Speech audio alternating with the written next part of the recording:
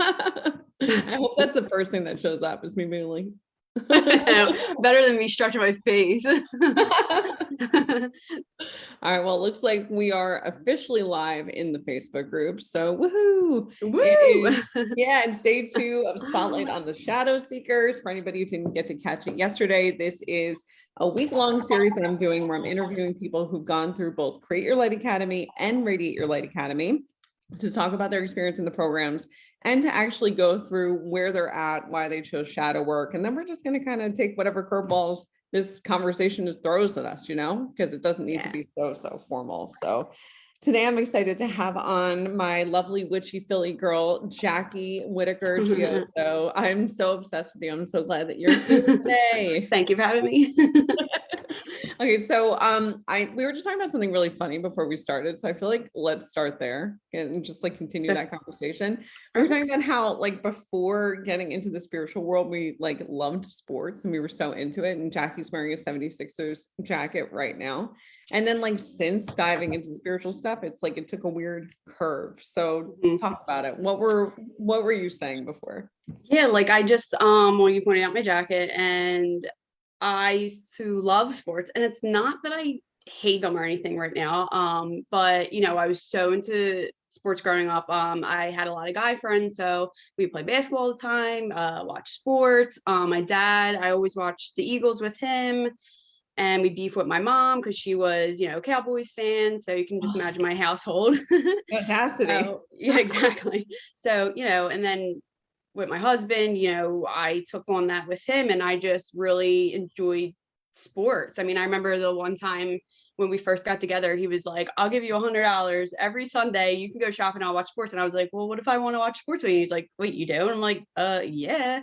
So, we bonded on that. I would play the pools with him and all that. I would win. It was fun to do. And now I'm just like so turned off by it because, when you awaken, you see like the bigger picture of things, not that it's not entertaining, and all that, but it's just, you see the bullshit behind everything. And it's just kind of, you don't want to spend your time doing a lot of the things you used to, and sports is one of them. Yeah, I feel the same way. It's like once you kind of see how like it changes things. It's like all of a sudden the stuff that you used to really enjoy, you can see as being numbing, or it's like your brain kind of shuts off. And when you think about how much time we used to dedicate to things like that, like sports and even binge watching TV shows, like I used to be obsessed with Bravo shows. I knew every Real Housewife and all the drama, and it's just bullshit, right? It's just complete bullshit. It is. And it can be hard for the people around us when we're going through stuff like spiritual awakenings to feel like they understand what it is that we're going through, because all of a sudden stuff that we used to bond over, we can't anymore. Yeah, it's really hard. And it's just like, and you mentioned like that was something you bonded with your husband with. That's something I bonded with. And, and sometimes I don't mind it, but like if I'm just sitting here like doing my thing, and like it almost irritates me, some of the things that like people watch, and, things that would never bother me. And I almost feel like guilty, and then part of it like is sad too, because it's like you're shedding a part of yourself, and it's like, well, what other human things can I do? Like how can I bond with these people that I've known my whole life and that like these things, and they, there was a lot of things that I liked growing up that people didn't like anyways, so it kind of like makes you feel even more of kind of an outcast a little bit, but I still respect that that's things that they like though, and I will entertain it to an extent, but I just don't vibe with things like that anymore. Yeah, I think that's one of the toughest things anybody goes through with the spiritual awakening.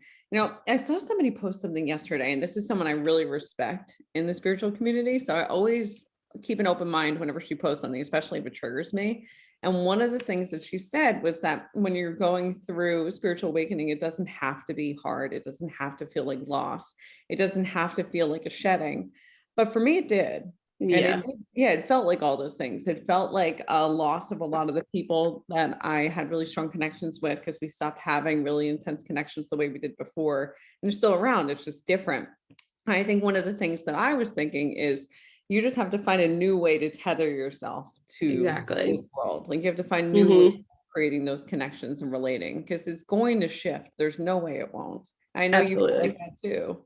Absolutely. I literally just thought that in my head when you said that, because, you know, regardless of having like awakenings or evolving, I feel like even on the like mundane area, you kind of shed regardless, like as you grow, you know, there's things that you just don't, you know, feel connected to anymore in general. That's just the human experience. So you either, you know, if you want to shed people with that, then you shed people with that, or you just find things as adults or whatever is in this, you know, process or where you're at in this life to come in on, you know, because, you know, sometimes we don't give people enough credit. Like, you know, there's some people that are in communities like, well, they wouldn't like that, or that's my thing. Like, they're going to think I'm weird, or, but they might really enjoy it. They just don't know about it. So, like, you know, I feel like we don't give other people, well, not, I'm not saying me per se, but like people don't give other people a chance to, you know, like, because there is a lot of toxic stuff in like any community. And that's why I don't even like saying like spiritual community sometimes, because then it almost sounds like a cult, you know, like I don't, it does. It's like, Yeah. oh, me and my spirit. And it's literally like, it's just how we're supposed to be. Like, you know, and things I like still like the same shit I always liked. It's just I know more, I understand more. I understand why I've always liked these things and the connections with things. You know, it's Yeah. not like I sold my soul off and, you know, I got to sit around and with these people and be in a cult. It's just I found myself, you know? Yeah. I think that's something a lot of people are scared of when it comes to engaging with spiritual stuff across the board, where it's like, I don't want to change. I don't want to stop being me. I don't Yeah. want to lose people, or even like, I don't want to feel like it's a culty vibe. I love that you Hmm. feel that way, because I totally agree that we have to be really careful to like keep our feet on the ground and like, yeah, but Absolutely. also to learn new things, but it doesn't mean that you have to like shun the old in favor No, of the new. That's crazy. it is crazy. And it's kind of like the opposite of the way you're supposed to be. And we're no better than nobody else. We don't, it's just where your mind just becomes more open to things. It's not, you're not better than anyone. You're not ahead of anyone. It's just, you know, you just know that there's a bigger, there's more than this is the way you just, you know, it's not, you know, you have a purpose, you understand the hard things are kind of there for a reason, whether, you know, it's a hard pill to swallow or not. And, you know, we just patiently wait for all our friends and families to kind of want to get to that level. But it's not religion. It's not like, you know, where you have to follow these rules. It's just literally being yourself and the way you're always supposed to be. Just, you know, just being Yeah. happy. How did shadow work get you to that point? Did it help contribute to that, or what was that like for you? Absolutely. So shadow work, I like heard the name, but didn't really know what it was. And I just got to a point in my life. So, you know, it was 10 years since my dad passed. And obviously I went through other traumas in life, but you know, that was my big one. And I feel like it was weird. It was like a roller coaster. So like when it first happened, like, you know, I'm numb. And then some time goes past and I push that down because I felt like I had to take care of other people or I couldn't show my emotions. So, you know, I was okay. And then I get to a point where it started bubbling to the surface again and I became rageful. I went through like a summer, my friends will probably laugh when they hear this, where I just like wanted to fight everyone. I was fist fighting people. I was getting drunk. I was just like, I just, you know, whatever. Then I shoved it down again. And then it got to a point where a couple years ago, where I felt like I probably should have been okay. I wasn't. And I was going to work and I was crying to my friend Dawn all the time, where I just like didn't want to be here anymore. And I'm like, why am I like this now? You know, like this is how I should have been when it first happened, but it was just from pushing it down. It's like it was like, bitch, I have nowhere to go now. Like you need to open me and you need to deal with this. And I would just cry and I'm like, there's nothing here for me. Like there's nothing here for me. And I always like growing up, like wanted to help other people. And I'm like, who are you helping? You can't even help yourself. Like it's pathetic. Like I was not nice to myself. And I got pregnant and I was like, which was a complete surprise. Like I was home birth control. Like I was like, what the hell's going on? You know? And both my father and Sean's father had passed. And, you know, we get blessed with this boy. And like it just hit me. And I'm like, I can't do this, you know? And like I felt like he was given to me because I felt like my dad kind of knew, like, well, she's not gonna lose her shit when she has him. So like here's your gift and get your shit together. Mhm. So I was like, all right, I got to do something. And my friend mentioned you. She followed you. I don't know how she came about you. And she was just like, I'm a little freaked out by shadow work, but I don't know. She's like, but it's definitely your vibe. And as soon as I went on your page, I was like, oh, this is it. Like, this is what I need to do. Like this, I found my little niche in the corner of the world. Isn't it funny how the universe just kind of like drops stuff in weird ways on our path? Like your son, like, here you go. Like, now you're not going to repress this anymore. You're going to deal with it. No. Here you go. And like, it was like, they knew that I was not, because I like literally was not well. Like I like probably, I don't even want to know what would happen if it wasn't for him. And, you know, but it made me, what's important to say is though, I didn't just do it for him. Like he made me want to do it for myself, because that's like the most important thing is like, if you try to live for other people, or you try to, you know, people who are addicted try to get sober for other people, that's why it never works. Like you come first, you have to do it for yourself, and then everyone else falls in line. It's so true. You have to do it for you, but sometimes other people can be the catalyst to make you look at yourself and go, exactly. okay, It was I'm like a ready. mirror. Yeah, exactly. It's a mirror, and it makes you feel like you want to go there. I'm so Absolutely. glad that you talked about repression, because I feel like that is like the core piece of shadow work that maybe people don't realize. It sounds like a scary thing, like, oh, we're going into the shadows. It sounds kind of ominous and weird. And I definitely attract like more of like the people who are into that kind of like witchy, spiritual, dark stuff.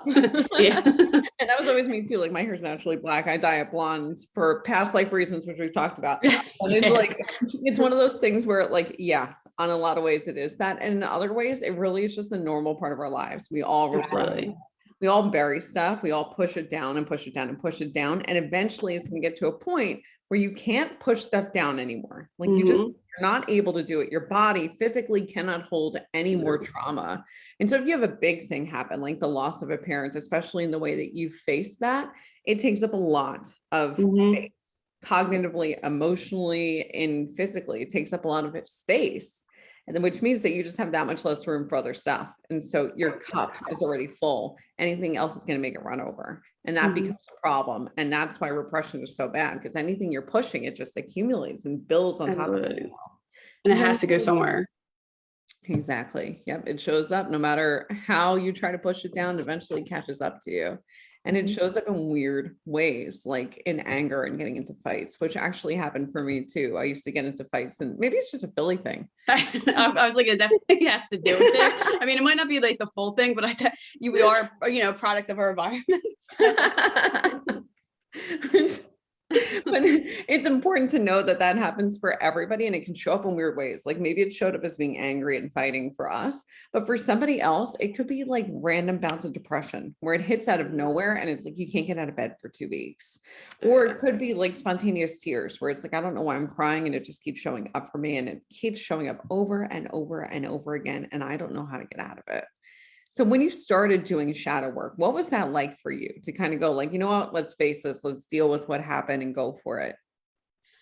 Well, first of all, I got to a point where I knew that I had like no other choice but to handle it. You know, like over the years, people were like, well, why don't you do counseling? And I was just like, I ain't talking to no one. Like, I'm fine. I got this. Like, that was me my whole life, you know, my little corner of my room. And I just dealt with shit. And, you know, when it got to the point where I was like randomly crying, and my autoimmune diseases were like, you know, just the symptoms I was getting, it was just horrible. And I was like, I felt like the doctors weren't helping me. And I'm like, okay, well, what's going on here? And even sometimes like my blood work would be okay. Like, I mean, it'd be like my normal, you know, autoimmune stuff, but like the way that my body was manifesting things, you would have thought like I was dying almost. So I'm like, the things that would come on my body, and I'm like, what is going on? So, you know, when I did shadow work and I started to like realize how the psychology of it, how, you know, your mind suppresses things, but your body holds on to it.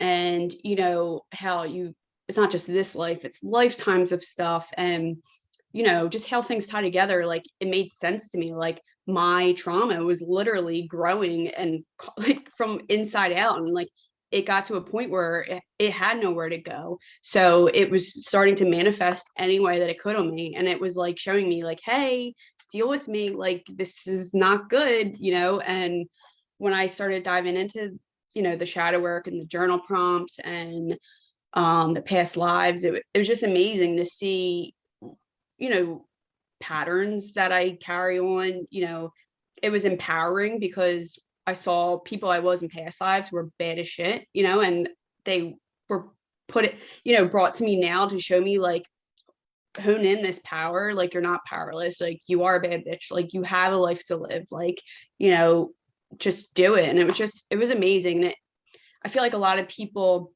when they do their awakenings right away, it's like, okay, I have to be positive, I have to be light, you know, I'm honing all this thing, I'm holding this ground, which is great. And some people can do that for the most part if they haven't had traumatic lives. But the people like us who went through severely traumatic things, we can't do that. We have to do the shadow work first, you know, the deep shadow work. So I was, you know, it's the love and light wasn't how you can start it for some people, you know, it's the ultimate goal. But it really shook me. It did. Like it really did. I think people don't realize how much the physical and the mental are connected, because there is a direct tie within the mind and body. And we're not taught that in school. It's not like you go to health class and they're like, hey, when you're experiencing anxiety, you might also notice that your heart rate picks up and that you have difficulty sleeping, your appetite changes, bowel movements change, you have foggy thoughts. And until you learn that, you might not even realize how connected they are. And talk about depressing, when you let that build up over time and the physical ailments keep building up and getting more intense, eventually your body actually starts attacking itself. Like your immune system starts to fight itself. And that's where autoimmune issues come in. Things like MS, things like lupus, it's like cancer, like I had, where the body actually has to do something and it starts to fight, but it fights itself. Yeah. So for you, I know that that's been a huge piece of the puzzle, especially this idea that like doctors don't understand. And one of my best friends is a doctor at a prominent hospital in Pennsylvania, and he was not given one class on mental health, not given one class on nutrition. Isn't that insane? It's unbelievable. And it's the two most important things. I mean, it's the key to everything. We are what we think and we are what we eat, and that manifests in our bodies so much, which is why the work that you do is so powerful, because you understand this connection in a way that maybe other people don't.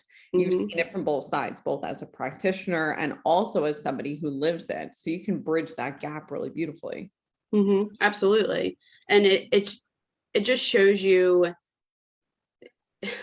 the way not the earth, but like how things really are made up, and how, you know, we are lied to our whole lives. Because I mean, you can't get rich off of healthy people, so you can only get rich off of keeping people sick and blind. So that's why they won't tell you these things.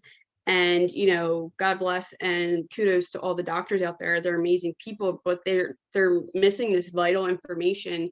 Some of them understand it, but some of them don't. And that's why they still have these patients that come back with autoimmune diseases and stuff. And they're basically, you know, saying, well, you can never be cured, or, you know, basically we're just making you comfortable. Well, I'm sorry, at like 20 something to 30 years old, like I'm not hearing that, you know, that you're going to tell me that I'm just going to be comfortable for the rest of my life. Like, no, you know, off of meds, like it's just not the way it's going to go. And I didn't learn that stuff in school either. I mean, I went to Catholic school for 12 years. So basically they just told us don't have sex before you're married. That's all they really cared about. I didn't hear about much anything else, you know?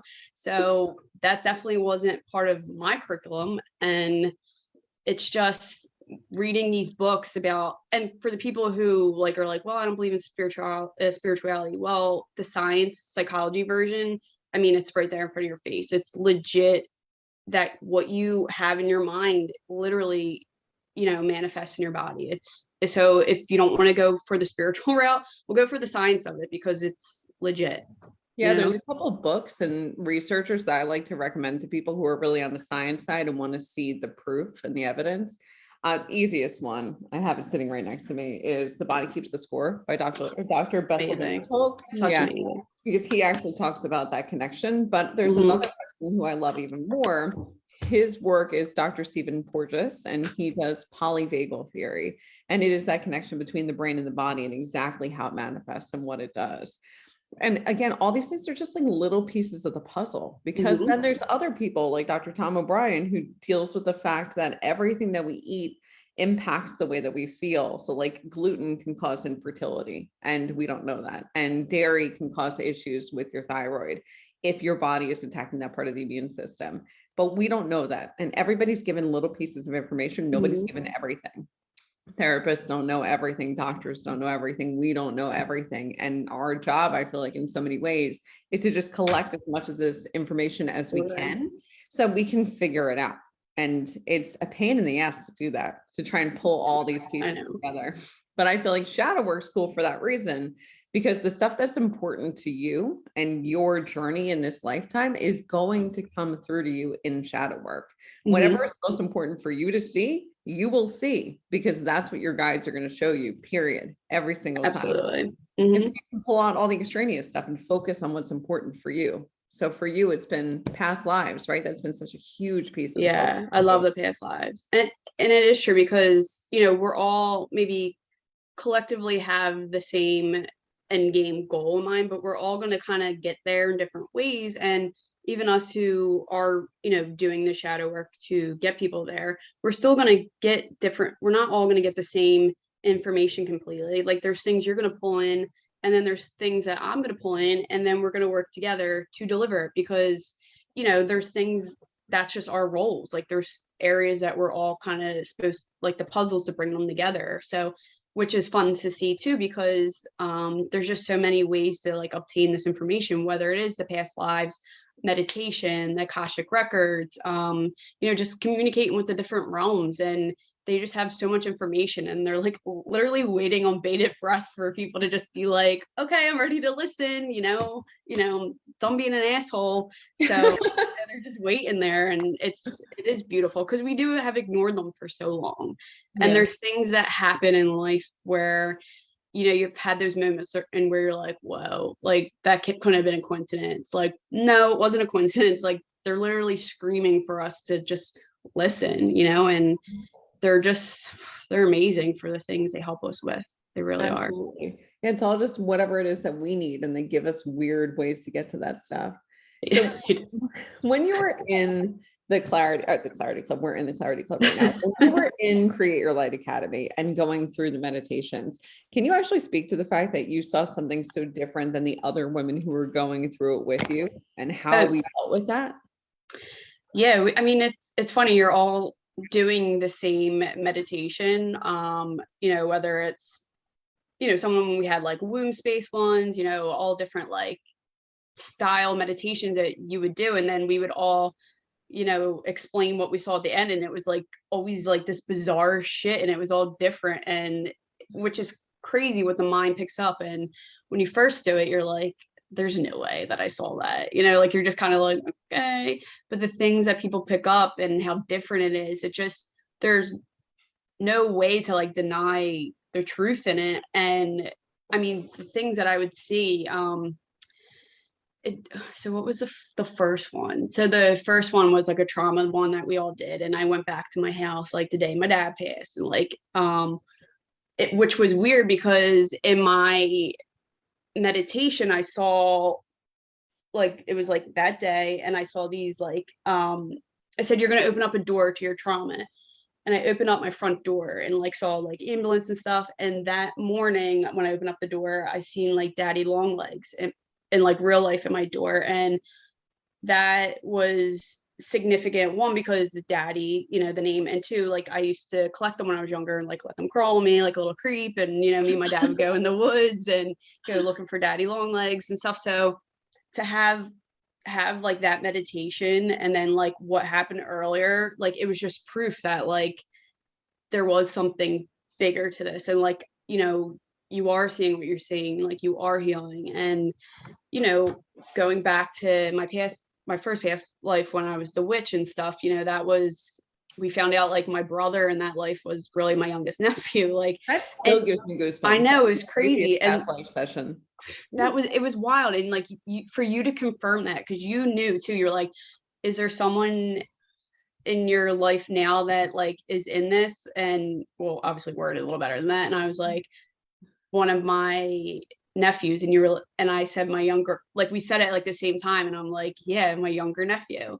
which explains a lot with like how connected we are in this life, and how, you know, he was so attached to me growing up and like the horror, and he would be like, yeah, Jacky, you want to watch Chucky, you know, and like I'd be like, okay, you know, and he would draw me pictures, and it just, the things that happen, some people might shove off like, oh, you know, but it's mind blowing, like the Yeah. things you discover. It really is. You can feel it in your gut. Like, you Oh know that yeah. it's true on this soul level. And it's like nothing can shift that away. You know it, Mm-mm. you feel it in your bones. And when you Nothing like have that. that knowing, that understanding, it does shift things so much for you in like a 3D kind of perspective. Like your world changes afterwards. You can't look It, at things the same. no, I couldn't. And it was just, there was no going back after that. And, you know, I always, growing up, like loved witchy stuff and, you know, the witchcraft. And I've mentioned before, like I'd be like 8 years old, like making love potions in my room with like stuff from my garden. And, Mhm. you know, I felt like, you know, for Halloween, like I was a witch a few times, and like some of my friends were princesses. And, you know, a lot of people liked witches growing up, but I feel like they grew out of that, whereas like I didn't. So having that like confirmation was like everything for me. And I was like, and I almost felt like I had to honor, you know, the times I was witches in other lives. And, you know, people burned me for it because they didn't agree with it. And now it just wanted me to be like, you know, I'll do whatever I want, you know, like for them and for myself, you know. So That's why this lifetime's so cool, right? Like, oh, Mhm. I think nowadays it's awesome because spirituality is so mainstream. Like, so many celebrities talk about Mhm. having shamans. Like Gwyneth Paltrow uses Shaman Direct. They're like besties, and she goes to him Love it. constantly. And they talk about the Akashic records and going to see mediums and crystals, like Heidi Montag of all people, and Spencer Pratt, who what the fuck is that? But like, it's so mainstream and it's so normalized in a way that It we haven't is. ever seen before. Even as recently as us growing up, where like my parents Mhm. were terrified of all the things that I was into, and I had to hide my Yeah. witchy books and the things that I was interested in. And I've considered myself to be kind of a pagan since I was very young, and that was Mhm. something I couldn't share with anybody. It had to be hidden. Whereas now my daughter comes home from school and goes, "We learned about the spring equinox and we're Which is doing all awesome. these like rituals." I'm like, fuck yes. Like, it's I just a know. different world now. It's so different. And we're lucky to be a part of that. It is. We are very lucky. And I was lucky growing up where my parents didn't show me for anything. They definitely rolled with my uniqueness, but it wasn't their thing either. Like more my dad, he would like, thought it was cool, but you know, my parents never showed me. And like I remember, you know, the one time, every time I like saw a scary movie, like I had to reenact it, like put, you know, messages around, like I know what you did last summer. And then the one time my parents came like running upstairs because they heard boom, boom, boom. And I'm like on my bed like this. And they're like, what are you doing? I'm like, I just watched The Exorcist. And they're like, okay. And they were like, we're gonna go back downstairs. I'm like acting like I'm like possessed in my bed. And they're just like, we're just gonna Okay, shut the door Jacky. now. But I had to act out like everything I saw. You know, now when I look back, I'm like, okay, definitely probably like my parents probably called the priest one or two times, but At the very least, they threw some holy water outside your door. seriously, oh my god, it It's just. hilarious. But I had to do that. I mean, I even called my dad the one time from like in the closet, and I was like, "What's your favorite scary movie?" And I was like, "I have your daughter," and he was like, "What?" He's like, "Jack," and he's like screaming. I'm like, "Dad, you don't know by now? I'm kidding." I just watched the same movie 1,000 times. You know what I'm doing. I know. I'm like, come on, Dad, like just go along with it, will you? I'm having a scream moment. Come on. So, with all that being said, and like how different things are now, how do you feel after doing shadow work? Like, I know for me, one of the things I felt before doing shadow work was like, I was really anxious, I was depressed, I physically had a lot of symptoms. And afterwards, it is very rare for me to feel thrown by anything. Things that would have sent me into a tailspin before, maybe feel like filled up with rage, hit me like this much. Now, what about you? How do you feel after it? I definitely notice a big difference. I mean, there's areas I still obviously work on. You know, I have lifetimes of disease and like things that I need to clear from my body, but just in 8 months, like the difference that I personally know, and even some of my friends have noticed, is like unbelievable. I was having, I have less symptoms with my autoimmune disease. I feel better most of the time. I still obviously have my days where I still feel pain and I'm fatigued, but compared to the way I used to feel, it's like unbelievable. Even when I would have symptoms, like, and I got my blood work like some months back, my blood work was actually really good compared to how it used to be. So, my body's still purging, but my blood work and stuff was getting better. My mind feels clearer than ever. I actually have like hope for myself and know where I want to go. Do I still get triggered and want to probably end up on the show Snap sometimes? My husband pisses me off. Absolutely, but I've learned even more so recently, like to look at it from a bigger picture of like, there's reasons why he's acting that way or someone else is acting that way. And I take that into consideration and I'm like, all right, do you really need to like pop off right now? Or can you breathe and like walk away? So like, Huge. I'm getting better with that.